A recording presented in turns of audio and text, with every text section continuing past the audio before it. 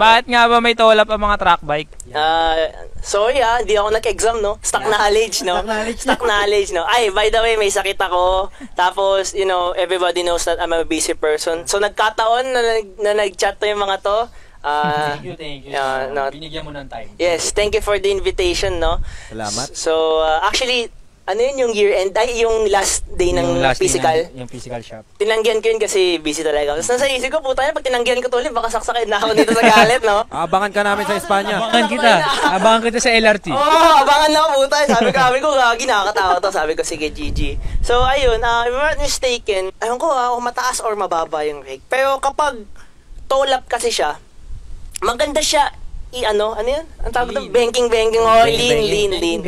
Ito kasi aggressive. Ang nasa isip kasi ng mga newbies ngayon, para makaliko ka, itaturn mo yung bell. I mean, they're not wrong. Malamang saan ka gago. pupunta? Siyempre, malamang gago.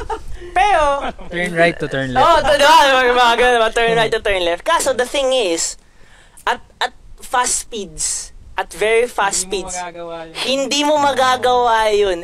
E di kung mataturn mo pala yun in fast speeds, e di dapat lahat pala ng big bike pwede mong ganonin na pero hindi, big bike ganon lang, di ba? Kasi kapag mabilis ka na, you don't turn, you lean. So in short, hindi siya magiging issue kapag mabilis.